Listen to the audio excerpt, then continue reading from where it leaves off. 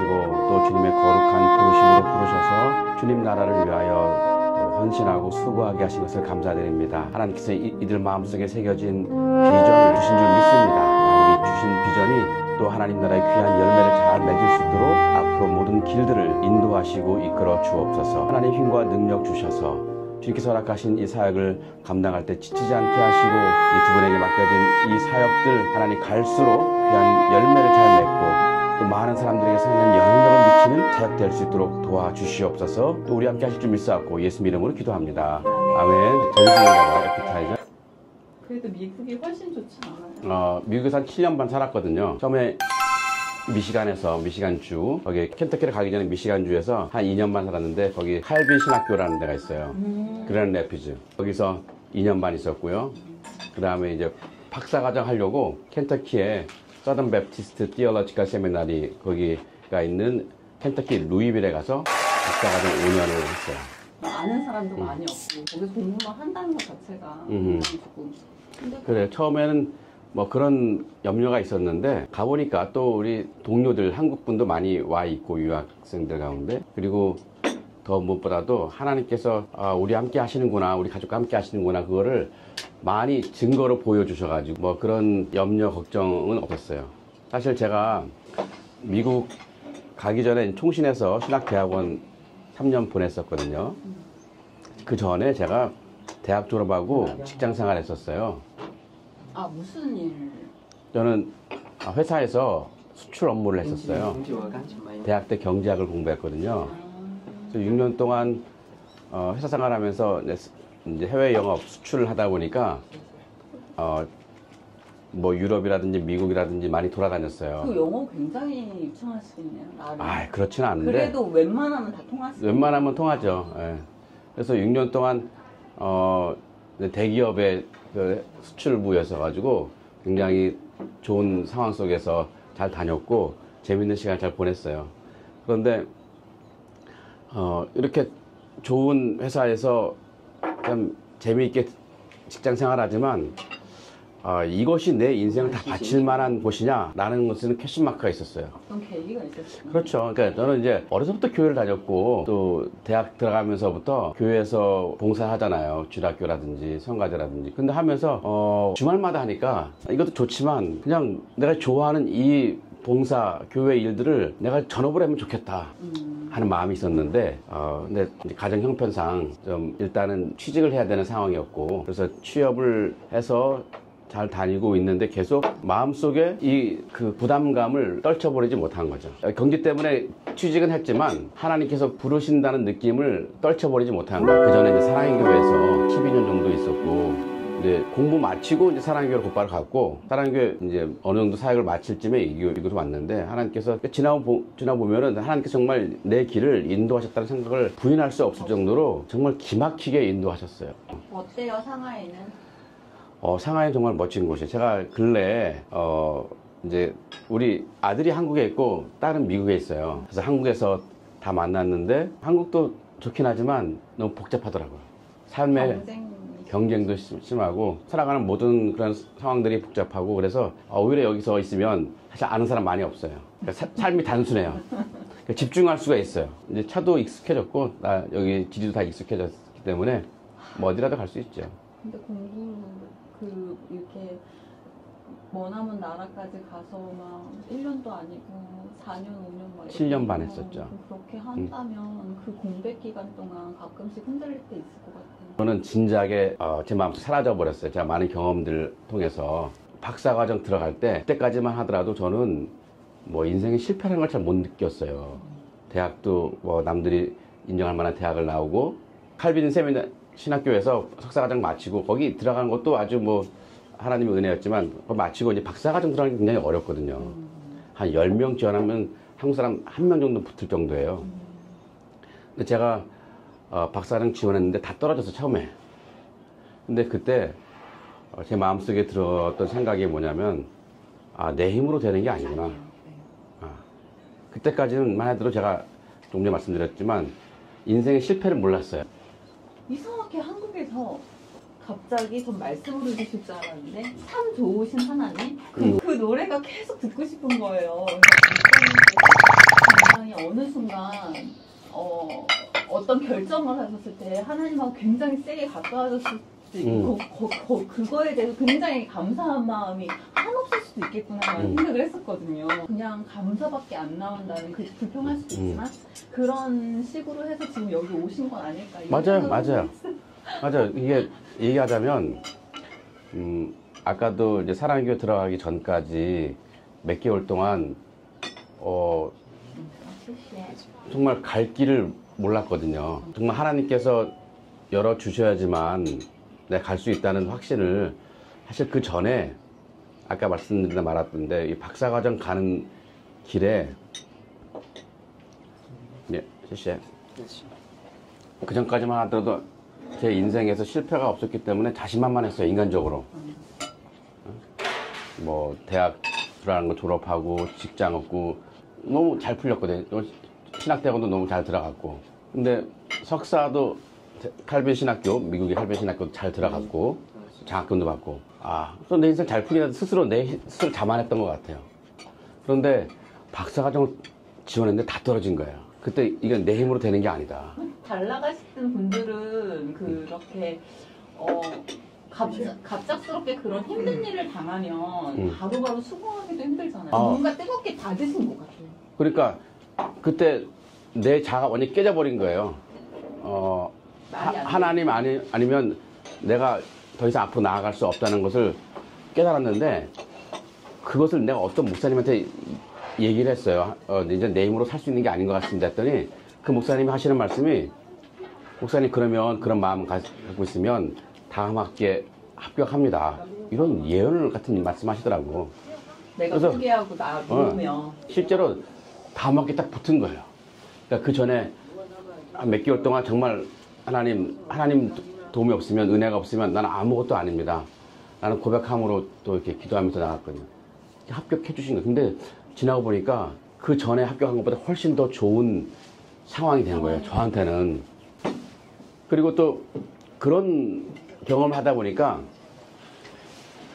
이제 한국에 돌아와서 박사과정 마치고 돌아와서 자리가 없었는데, 물론 이제 시간 강사 자리가 있긴 있었어요. 강사 하긴 하는데, 저는 이제 박사과정 하면서 목회에 대한 마음을 많이 가졌었거든요. 근데 뭐 길이 보이지 않고 그러다가 하지만 마음속에 뭐가 있었냐면, 하나님께서 분명히 예배해 두셨을 거다. 조급한 마음 갖지 않고 기다리면. 그래서 저는 이제 새벽 기도마다 나가서 계속 기도하고 있었는데, 정말 하나님께서 몇 개월 안에 사랑의 교회로 인도해 주시더라고요. 근데 그 다음 또 다른 간증이 뭐냐면은, 사랑에서 12년 동안 있었는데 사실 단위복사로 나아가야 될 때가 됐었어요. 근데 계속 길이 안 열리는 거예요. 그때 하지만 내가 마음속에 뭐가 있었냐면은, 이전에 나를 인도하신 하나님이신데 분명히 계획이 있을 거고, 내가 하나님을 전적으로 의지할 때는 하나님께서 분명히 길 열어주실 거다 확신을 갖고 있었거든요. 근데 그게 왜 확신 있는데 왜 열어주지 않지? 많이 기다리고 있었는데 결국은 여기 상하이로 인도하시는 거예요. 상하이로 올 줄 저는 생각도 못했어요. 근데 상하이 너무 좋죠. 너무 좋은 거예요. 실천단이잖아요. 저뿐만 아니라 뭐 도시 자체도 너무 좋지만 목회적인 상황이 제겐 너무 딱 맞은 거예요. 모든 분들이, 한국에 계신 모든 분들이 저한테 딱 맞는 교회로 가게 됐다. 되게 저는 그날 금요 철야 때 이렇게 뵀잖아요. 굉장히 되게 따뜻한 거예요. 같이 계신데도 불구하고 이렇게 한 사람 한 사람 손잡아주면서 이렇게 막 말씀해 주시는 게 정말 세상에 저런 목사님도 계시는구나. 다 많은 분들이 그러죠.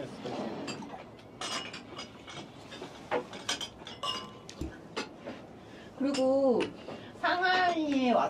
상하이가 저는 중국 되게 하찮게 생각했거든요, 처음에. 그래서 중국 와서 보니까 이쪽에서 보면은 쌍팔년도예요.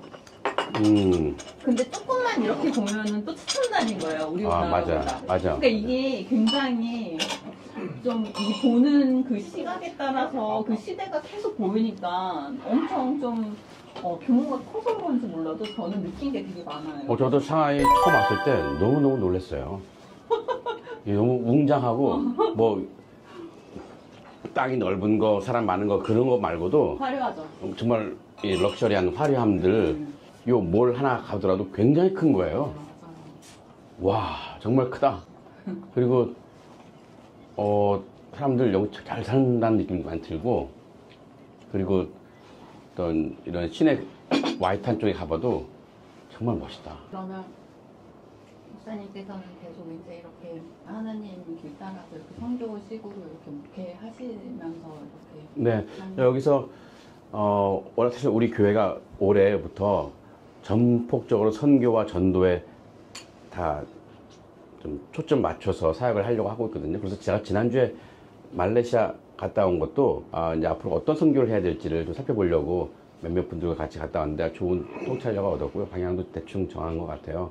그래서 거기 이제 남은 제 임기 동안에 전심으로 선교와 전도 쪽으로 길을 기울일 건데, 또 특별히 성도님들이, 우리 교회 성도님들이 이 선교에 대한 마음이 굉장히 커요.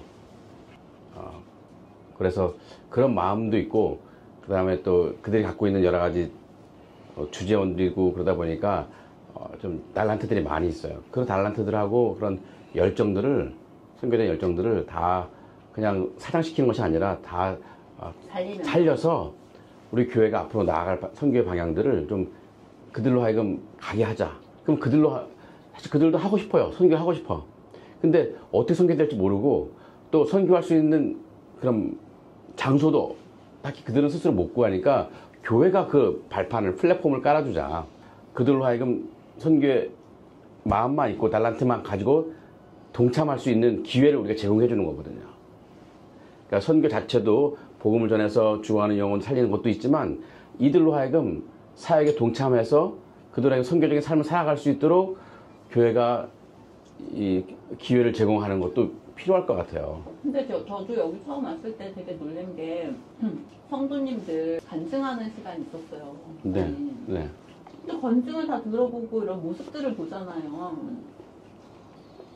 대부분 서로 이렇게 뭔가 경로가 있어서 가시다가 잠깐 머물러서 간증도 생기고, 또 거기에 대해서 이렇게 울먹이면서 거기에 대해서 하나님의 그 교회에 대한 이렇게 선교 이런 거 생각하면서 그렇게 전 간증을 많이 깜짝 놀랐어요. 맞아요. 여기 어떤 건지 아시죠? 예, 선교에 대한 마음들이 굉장히 그리고 많아요.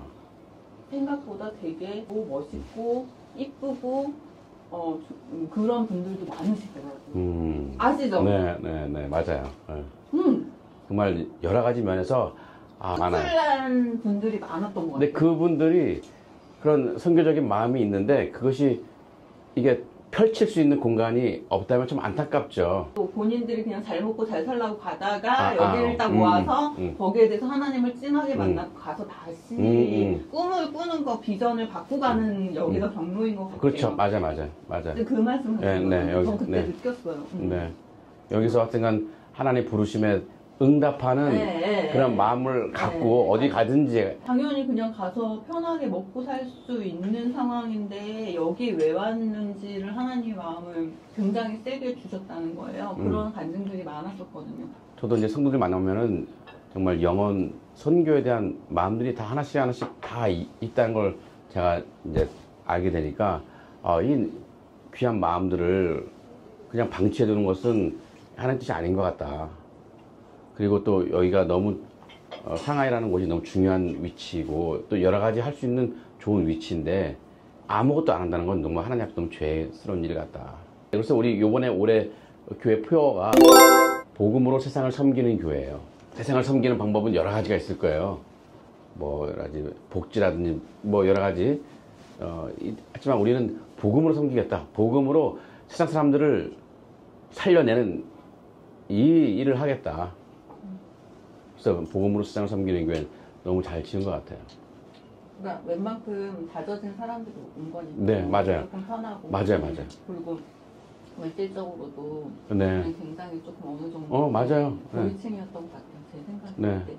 됐을 때 다들. 그래서 그때 되게 깜짝 놀랐었거든요. 또 그때 많이 은혜를 받았어요. 관리도 많이 받고. 그래서 비록 이제 많은 인구가 줄었어요. 여기 교민들 많이 줄고 그다음에 교인들도 사실 많이 줄었어요. 가장 많았을 때보다도 한 절반 정도로 줄었을 것 같아요. 약간 굉장히 좀 활발했던 것 같은데 지금은 조금 뭔가 차분해진 느낌. 차분해져. 예. 일단 그리고 뭔가 정리가 됐어요. 그때 정리가 안 된 기분이었어요. 그러니까 너무 많이 갑자기 막 들어오고 그러니까 관리할 수가 없었던 거예요. 그때 특별 새벽 기도에? 새벽 기도 때 제가 너무 놀란 게 3명? 그때 그렇게 왔었어요.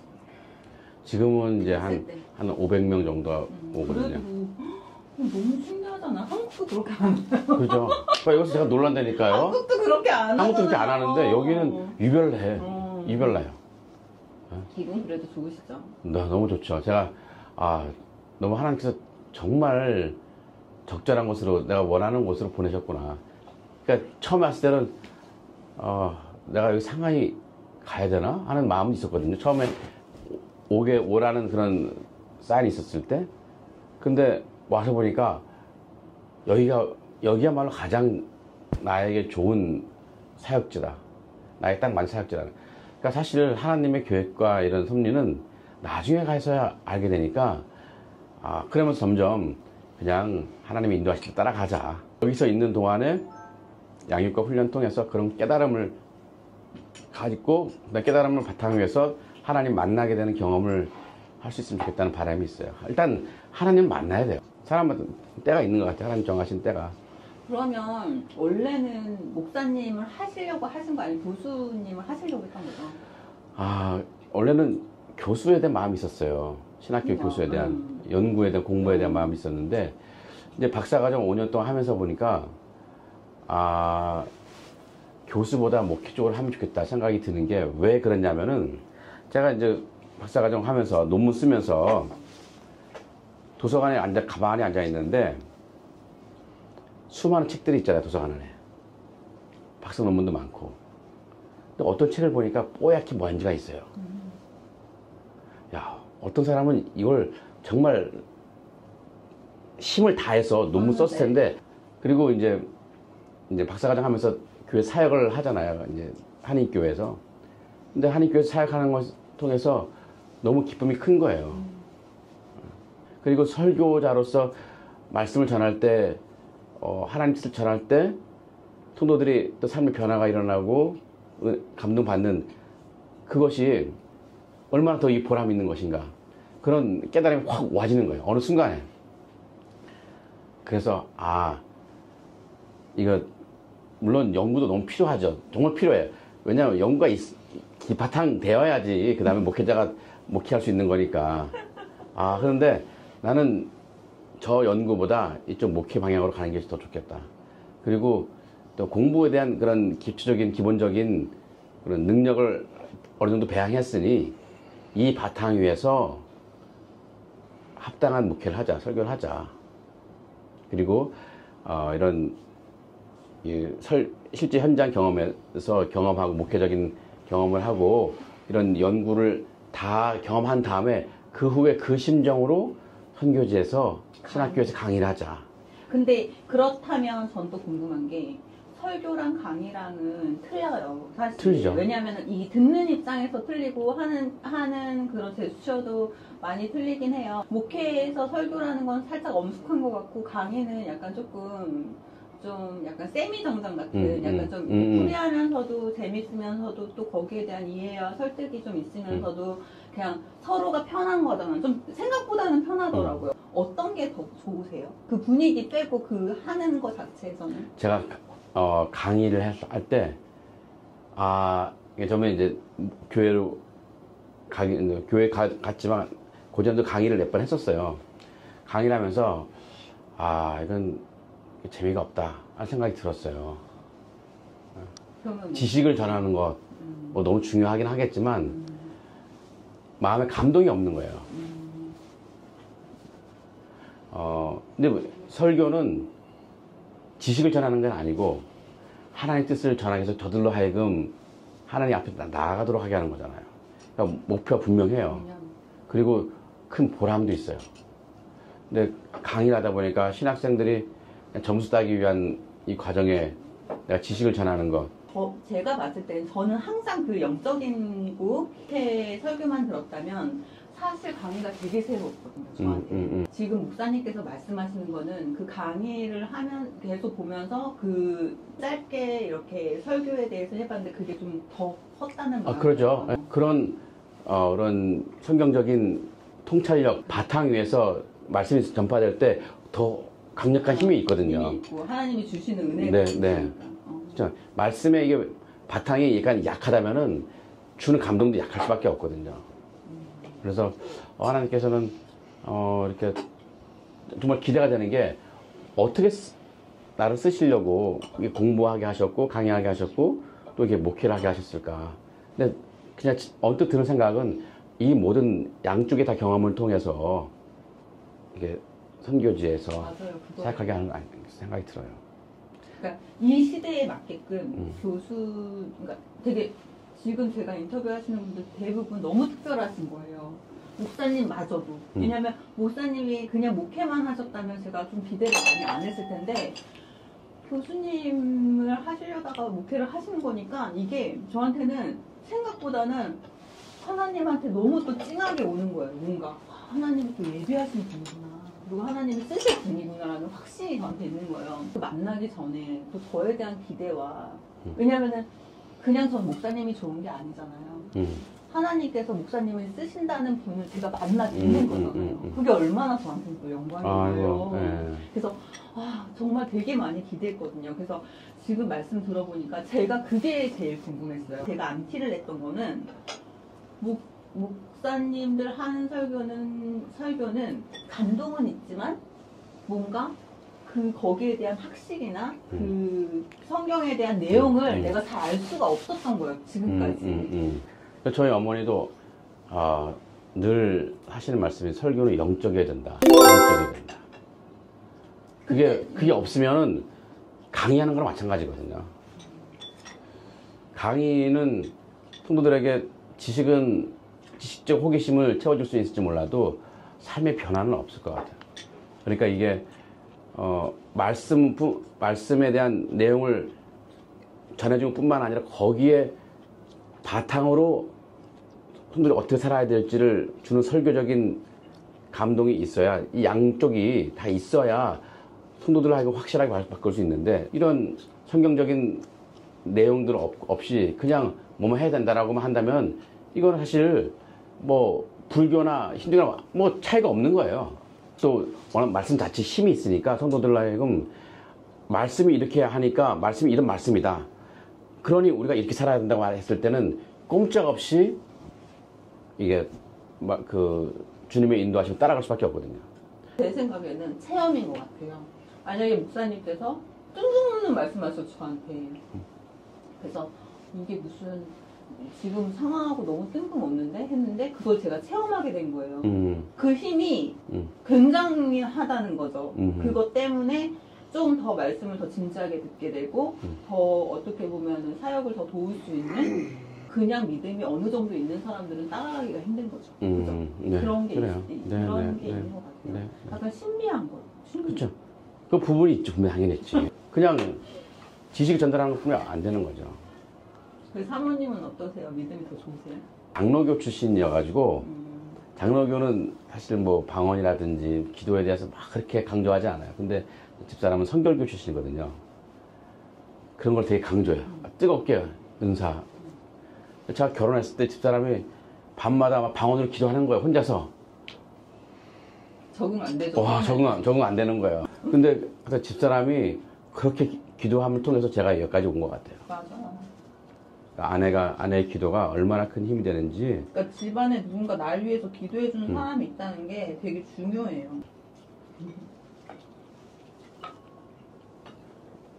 저는 집사람이 기도가 저기까지 여기 버티게 해준 것 같아요. 아까 광야에도 얘기 나왔지만 사실 지나고 살보면 광야 같은 길이었어요. 미국에서 살아가는 것도 사실 돈이 없었거든요. 광야 같은 시간이었어요. 그런데 집사람의 기도, 저도 뭘 같이 기도했지만 그런 기도를 통해서 광야 길을 무사히 지나가게 하시는, 그러니까 광야의 길을 내시고 사막의 강을 내시는 하나님을 경험한 거예요. 사실 근데 그런 경험을 하려면 광야에 가봐야 돼요. 지나보면 그 광야길에서 내 안에서 깨질 것들이 많이 깨지고, 아, 여기서 하나님 붙잡아야겠구나. 하나님밖에 의지할 분이 없구나라는 것을 확실하게 경험하는 너무나 좋은 신앙의 학교가 된 거죠. 이 광야가. 그러니까 누구라도 광야를 가봐야 돼요. 근데 저는 다시 가라면 저는 모르겠어요. 앞으로 그 사역이 뭐 이렇게 일반 사역이 아니고 어쨌든 그래도 선교를 비전을 꿈꾸고 있잖아요. 그래서 그런지 정말 하나님 허락 없이는 이 밥 숟가락도 못 준다는 그것까지 갔다 왔기 때문에 그래서 참 그때는 원망도 많았지만 지금 생각해보면은 그게 다 지금 약이 되고 살이 되고 그런 것 같아요. 지금 분명히 광야길 지나왔을 텐데 남들이 그러니까 광야길 걸어보지 않은 사람과는 삶이 완전히 다르죠. 우선은 왜 저는 되게 의심이 많거든요, 사실. 의심이 많아서 사람을 잘 못 믿기도 하는데 그 의심이 많아서 사람을 못 믿고 그거를 떠나서 사람 보는 눈이 굉장히 틀렸어요. 그게 되게 미세한 차이긴 한데 이 사람이 나한테 잘한다고 해서 잘 못한다고 해서라는 그 편견을 두는 사람의 그런 뭐 관계가 아닌 정말 하나님하고 나하고 있는 상황에서 사람을 대하는 것 자체가 들려집니다. 그렇구나. 내가 되게 불쌍해 보였던 거, 되게 안쓰러워 보였던 게 어느 순간 아무렇지 않고 저 사람이 당연히 저거를 겪어야 되는 거구나 라고 그냥 넘어가 줄 수 있는 그리고 또 좋은 말 해주고 그리고 거기에 대해서 겪어봤으니까 그냥 좀 위로해주고 거기에 대한 이제 피드백 해주고서 끝내는 옛날 같았으면 막 같이 막 고민하고 막 지지고 볶고하잖아요. 그런 게 많이 먼저 앞서간 사람이 아직 뒤에 오는 사람들을 이렇게 정말 그 경험했던 마음들을 가지고 조언해주는 거랑 그냥 막연하게 조언해주는 건 너무 다르거든요. 다르긴 한데 또 오해도 많이 해요. 왜냐하면 그렇지. 담장에는 사실 근데 목회자 같은 경우는 성도들이 그냥 친구와 같은 레벨의 권위를 갖고 듣지 않고 듣긴 한데 물론 시험도 받을 수도 있어요. 하지만 그냥 기다릴 수밖에 없어요. 그거를 내 뜻은 그게 아니다 설명하다 보면 말이 더 이상해지고 하나님께서 그 마음을 어루만져 주셔서 알아들을 수 있도록 화를 잘 못 내요. 사실은 제가.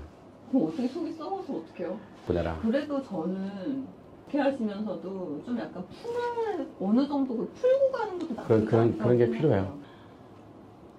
진짜 교수님들하고 인터뷰 한 분 한 분 할 때마다 그냥 말씀드리는 게 아니고 정말 섬기고 싶은 마음이 굉장히 제 마음 같지가 않고 그분들도 얼마나 잘났고 똑똑하고 한데 사실 한 곳에서 정착하고 있으면서 누가 알아주지도 않고 하는 과정에 있어서 저는 이제 교수님들 거의 대부분 이제 지금 시즌이 끝났거든요. 12분 하시니까 거의 끝나고 있는데 저는 교수님분들한테 말씀을 드리지만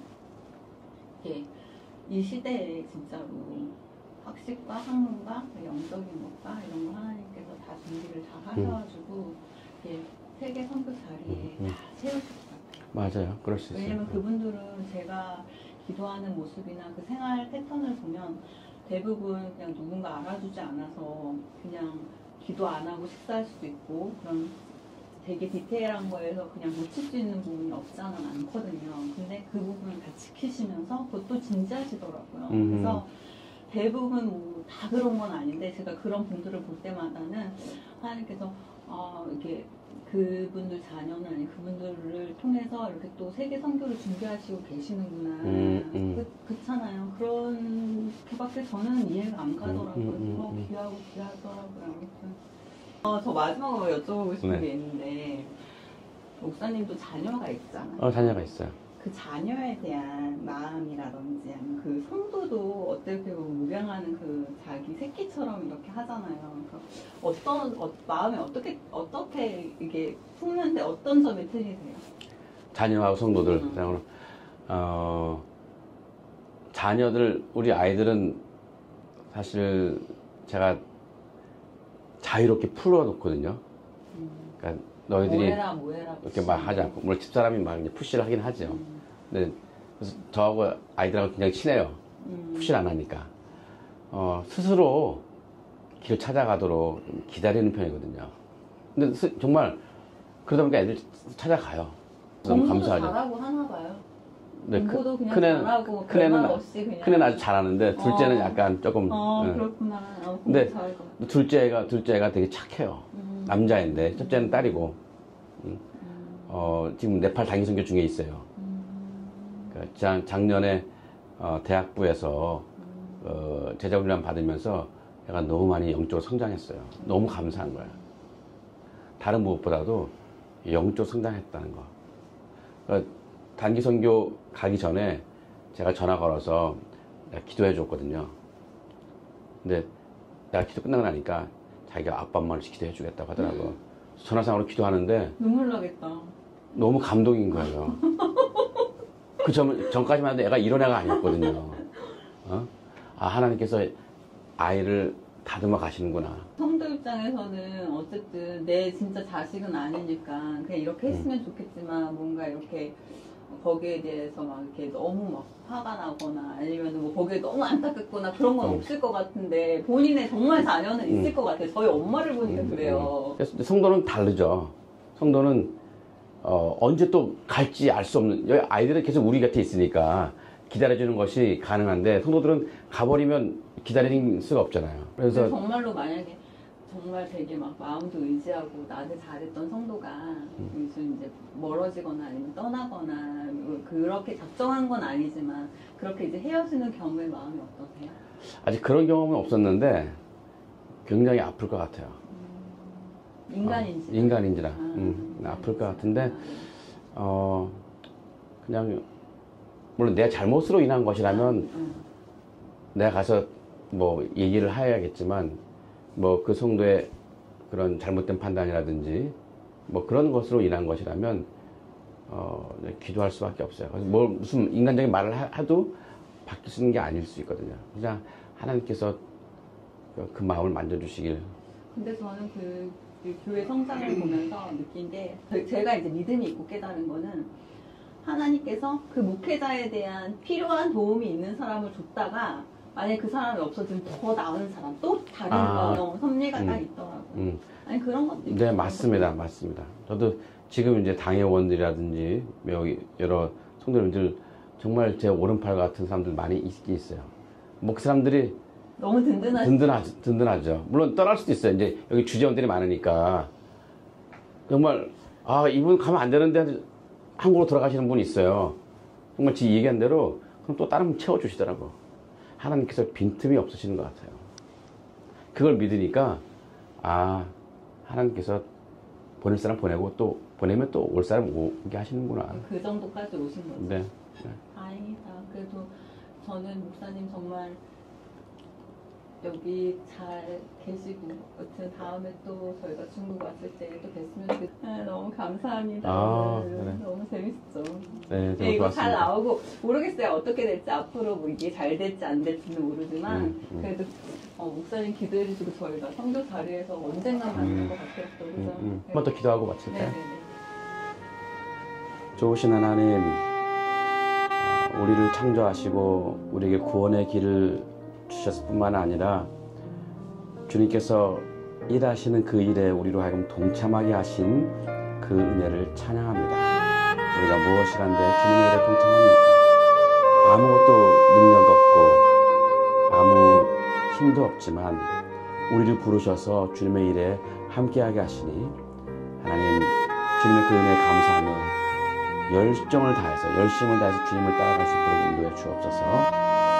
신학 공부하는 게 참 어렵고 힘들지만 하나님 깨우침을 주셔서 하나님 뜻이 무엇인지 알게 하시고 또 말씀 속에서 주님이 우리에게 하시려는 그 뜻을 잘 깨닫는 지혜를 주셔서 또 많은 사람들에게 주님의 뜻을 온전히 전하고 특별히 미디어를 통해서 또 어린 영혼들에게 하나님의 생명의 복음이 잘 전파될 수 있도록 이 두 분을 사용해 주시옵소서. 그리하여서 하나님이 정말 기뻐하시고 또 귀하게 사용하시는 두 사람을 설 수 있도록 축복해 주시옵소서. 물질의 어려움 없게 도와주시고 건강의 어려움 없게 도와주시고 또 좋은 사람들 많이 만나서 하나님께서 기뻐하시는 그 일들을 너무 잘 감당할 수 있도록 하나님 인도해 주시옵소서. 예수님 이름으로 감사하며 기도합니다. 아멘. 감사합니다.